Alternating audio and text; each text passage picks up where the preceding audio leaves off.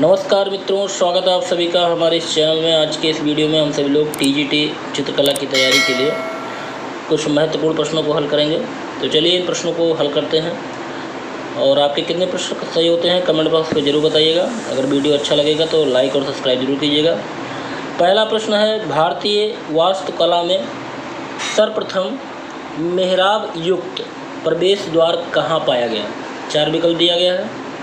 तो इसमें जो सही विकल्प है ऑप्शन बी, लोमस ऋषि गुफा बिहार में। तो भारतीय वास्तुकला में सर्वप्रथम मेहराब युक्त प्रवेश द्वार लोमस ऋषि गुफा बिहार में पाया गया। क्वेश्चन नंबर 2 देखते हैं, वर्ष 1556 भारत के लिए क्यों महत्वपूर्ण है? तो बताइएगा कि 1556 भारत के लिए क्यों महत्वपूर्ण है कला के क्षेत्र में। तो यहाँ पर सही विकल्प होगा ऑप्शन सी, भारत में समकालीन छापा चित्रण का आगमन हुआ था 1556 ईस्वी में। वेरी इंपॉर्टेंट प्रश्न है, इसको आप नोट भी कर लीजिएगा। अगला प्रश्न देखते हैं, राजस्थान चित्र श्रृंखला के रचनाकार थे? तो 4 विकल्प है। राजस्थान चित्र श्रृंखला के कौन रचनाकार हैं? तो यहाँ पे सही विकल्प होगा ऑप्शन ए, एस.एच. रजा, सैयद हैदर रजा जी हैं। चलिए अगला देखते हैं। अगला प्रश्न है, portrait of progressing artist group का चित्रांकन किसने किया था? तो यहाँ पे सही विकल्प जो होगा ऑप्शन डी, F.N. सूजा ने portrait of progressive artist group का चित्रांकन किया था। अगला प्रश्न देखते हैं, कौन सा कलाकार अपनी न्यूनतमवादी मूर्तियों और स्थापनाओं के लिए जाना जाता है? तो यहाँ पे सही विकल्प होगा ऑप्शन सी, कार्ल आंद्रे। अगला प्रश्न है, चित्रकला की कौन सी शैली पश्चिम भारतीय शैली के नाम से भी जानी जाती है? तो बताइएगा। इसका जो सही विकल्प होगा ऑप्शन सी, जैन शैली। चलिए अगला प्रश्न देखते हैं। अगला प्रश्न है प्रश्न नंबर 7, भारत में ओलियोग्राफी प्रेस की स्थापना सर्वप्रथम किसने की? तो यहाँ पे सही विकल्प होगा ऑप्शन ए, राजा रवि वर्मा ने। अगला प्रश्न देखते हैं, शांति निकेतन में मध्ययुगीन हिंदू संतों के भित्ति चित्र का निर्माण किसने किया था? तो सही विकल्प होगा ऑप्शन डी, विनोद बिहारी मुखर्जी ने। अगला प्रश्न देखते हैं, सभ्यता का महान पैगंबर किस चित्रकार को कहा जाता है? यहाँ पे सही विकल्प होगा ऑप्शन सी, रैम्ब्रा को। तो सभ्यता का महान पैगंबर जो है वो रैम्ब्रा को कहा जाता है। अगला प्रश्न है, वीर रस का प्रतीक रंग कौन सा है? तो बताइएगा, वीर रस का, इस विकल्पों में वीर रस का प्रतीक रंग कौन सा है? तो यहाँ पे सही विकल्प होगा ऑप्शन बी, श्वेत। चलिए थोड़ा सा जान लेते हैं। तो श्वेत रंग जो है वो वीर रस का, और लाल रंग जो है रौद्र रस का प्रतीक होता है। वहीं पर अगर देखें, श्याम रंग जो है वो श्रृंगार का, और भूरा रंग जो है वो करुण रस का प्रतीक होता है। नीला विभत्स रस का प्रतीक होता है, और पीला रंग जो है अद्भुत रस का प्रतीक होता है। चलिए अगला देखते हैं। अगला प्रश्न है, कला विलास नामक ग्रंथ के लेखक कौन है? यहाँ पे सही विकल्प होगा ऑप्शन डी, क्षेमेंद्र। तो कला विलास ग्रंथ के लेखक कौन है? क्षेमेंद्र है। अगला प्रश्न है, स्ट्रक्चर ऑफ मीनिंग के रचयिताकार कौन है?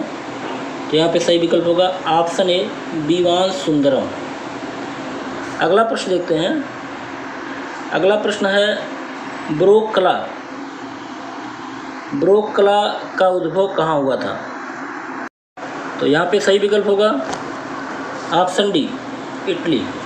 तो बारोक कला का उद्भव कहाँ पर हुआ था? इटली में हुआ था। अगला है, Maharaja school of arts and crafts की स्थापना किसने की थी?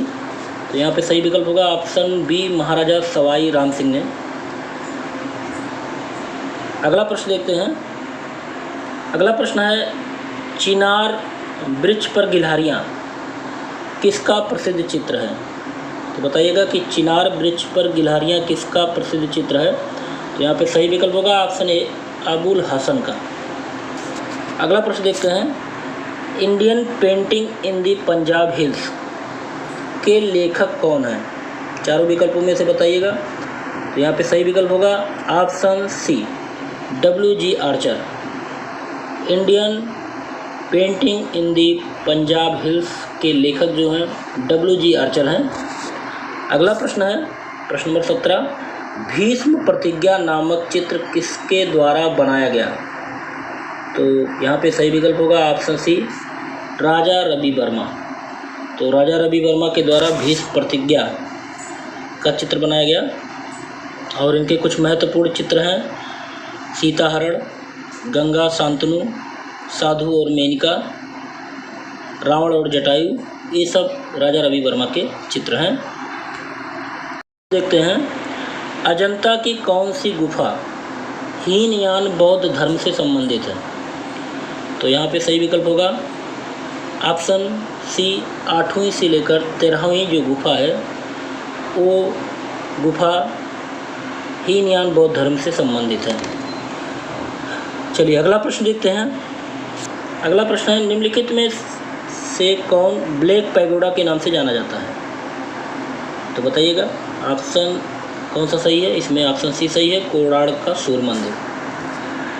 अगला है प्रख्यात चित्र Pururaj and the lotus pond के चित्रकार कौन हैं? तो यहाँ पे सही विकल्प होगा ऑप्शन ए रामचंद्रन। तो Pururaj and the lotus Pond's के चित्रकार कौन हैं? ए रामचंद्रन हैं। अगला प्रश्न देखते हैं प्रश्न नंबर 21, अति यथार्थवाद कलाकार कौन है? तो यहाँ पे सही विकल्प होगा ऑप्शन बी, फ्रिदा कहलो। अगला प्रश्न है तैल चित्रांकन की शुरुआत किस चित्रकार ने की थी? यहाँ पे सही विकल्प होगा जॉन वैनिक। अगला प्रश्न देखते हैं निम्नलिखित में से किस कलाकार को महात्मा गांधी ने राष्ट्रवादी कलाकार की उपमा प्रदान की थी? तो यहाँ पे सही विकल्प होगा ऑप्शन सी, यामिनी राय। अगला प्रश्न है प्रतिमा विसर्जन किस चित्रकार की उल्लेखनीय कृति है? प्रतिमा विसर्जन किस चित्रकार की उल्लेखनीय कृति है? यहाँ पे सही विकल्प होगा ऑप्शन बी, गंगेंद्र नाथ टैगोर। अगला प्रश्न देखते हैं भारत के कलात्मक इतिहास के संदर्भ में पंचायतन शब्द किसे निर्दिष्ट करता है? तो बताइएगा धार्मिक संप्रदाय को, प्रशासनिक अधिकारी को, कि मंदिर संरचना को, कि चित्रकला शैली को? इस प्रश्न का जवाब आप कमेंट बॉक्स पर दीजिएगा ज़रूर, और अगले वीडियो में इसका प्रश्न का उत्तर हम देंगे। तो देखते हैं कितने लोग सही उत्तर देते हैं। क्वेश्चन नंबर 25 का, भारत के कलात्मक इतिहास के संदर्भ में पंचायतन शब्द किसे निर्दिष्ट करता है?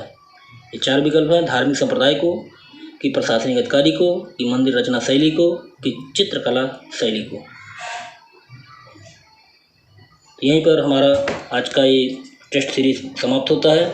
अगले वीडियो में फिर मिलते हैं, तब तक के लिए जय हिंद, जय भारत।